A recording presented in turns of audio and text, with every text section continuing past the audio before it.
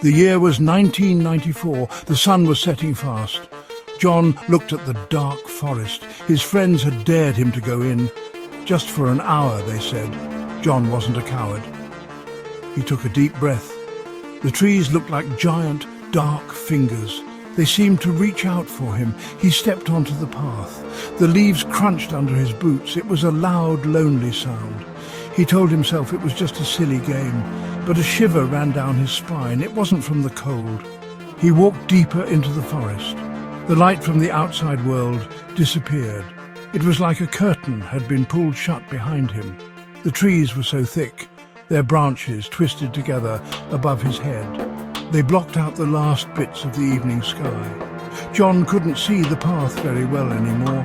Every tree looked the same. Every shadow danced and played tricks on his eyes. He felt a strange feeling. It was the feeling of being watched. He was all alone. Or was he? A sudden noise made him jump. Snap! It was just a twig breaking. He let out a shaky breath, but then he heard it again. Snap! Snap! It sounded like footsteps. Someone was following him. He turned around quickly, but there was nothing there. Only more trees. More shadows. He started to walk faster. His heart was pounding in his chest like a drum. The dare didn't seem so fun anymore. It felt very, very real. The air grew cold. A strange fog started to roll in. It slithered between the trees like a ghostly snake. Soon, John couldn't see more than a few feet in front of him. The world became a small grey circle. He felt trapped.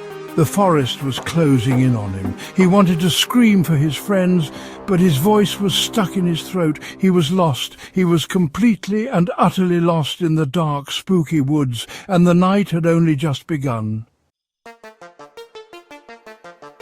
John pulled out his small flashlight. He clicked it on. A weak yellow beam cut through the fog. It made the shadows dance wildly. The trees looked like monsters now. Their branches were like long, bony arms. Their trunks had dark holes that looked like screaming mouths. Every gust of wind sounded like a whisper. It seemed to be saying his name. "June!" it hissed. He spun around, shining his light into the darkness, but he saw nothing, just the endless, terrifying trees. He had to keep moving. He couldn't stay in one place. That was how you got caught. Caught by what? He didn't know, and he didn't want to find out. He chose a direction and started walking, but he felt like he was walking in circles. He saw a strange-looking rock. He was sure he had passed it before. A cold sweat dripped down his forehead. The forest was playing games with him. It was a maze with no exit, a trap made of wood and fear. The sounds got worse.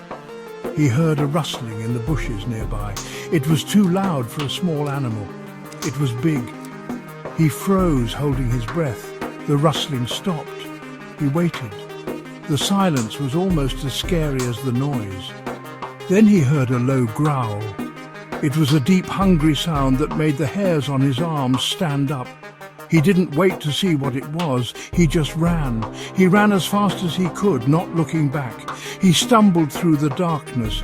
Branches scratched at his face and clothes. Roots tried to trip him. He didn't care. He just had to get away. The growling faded behind him, but now there was a new sound. It was a soft, crying sound, like a child lost and alone. John slowed down. Was someone else out here? Was it a trap? The crying seemed to come from every direction at once. It echoed through the foggy woods, a sad and spooky song. John's fear was a monster inside him. It was clawing at his stomach. He had to find a way out. He thought about his friends. Were they still waiting, or did they go home laughing about their stupid dare? He felt a surge of anger, but it was quickly replaced by terror. He was alone. The crying sound had stopped, which was somehow even scarier. The silence was heavy. It felt like the forest was holding its breath, waiting for something to happen. He had to be smart. He had to think. He tried to remember the way he came in. Did he turn left at the big oak tree, or was it a right turn? Everything looked the same in the suffocating darkness. His flashlight beam was getting weaker. The battery was dying. Panic started to bubble up inside him. He couldn't be left in total darkness. That was the worst thing he could imagine. He shook the flashlight. The light flickered, then came back, but it was dimmer than before. He had to hurry. Time was running out.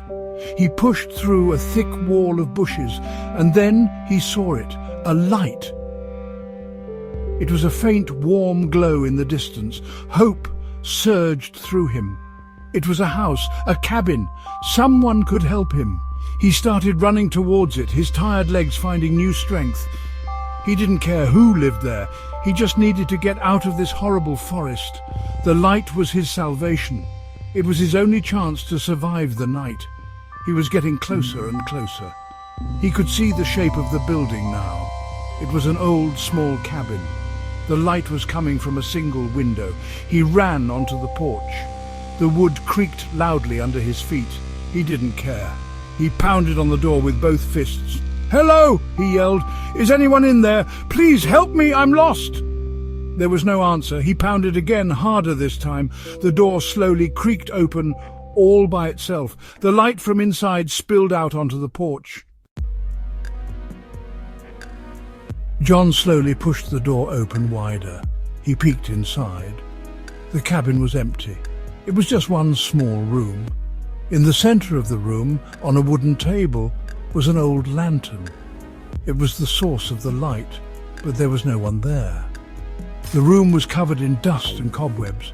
It looked like no one had lived there for years and years. A cold feeling washed over him. Why was the lantern lit? Who had turned it on? He took a hesitant step inside. The door slammed shut behind him. The sound echoed in the small room. John spun around and tried to open it. It was locked. He was trapped inside the creepy cabin. He turned back to the room. His eyes adjusted to the flickering lantern light. He saw something on the far wall. It was a photograph in a dusty frame. He walked closer to get a better look. His blood ran cold. It was a picture of a man. The man looked scared. He looked lost. The man in the picture was him. He stumbled back from the picture, his heart pounding. How was this possible? He looked around the room frantically. He saw other things now. On a chair in the corner was his own backpack. Next to it were his muddy boots. But he was wearing his boots. He looked down. His feet were bare. He didn't understand. What was happening? The lantern on the table flickered violently. The light grew dimmer and dimmer, casting long, dancing shadows on the walls. Then the lantern went out. The room was plunged into absolute darkness. John screamed. He heard a whisper right next to his ear. It was a cold, airy voice. "You're home now, John," it said. "You've been lost in these woods since 1994. He felt a cold touch on his shoulder. He was never getting out. He was just another ghost in the haunted forest. Another lost soul trapped in the cabin forever, waiting to lure the next victim in with a single hopeful light.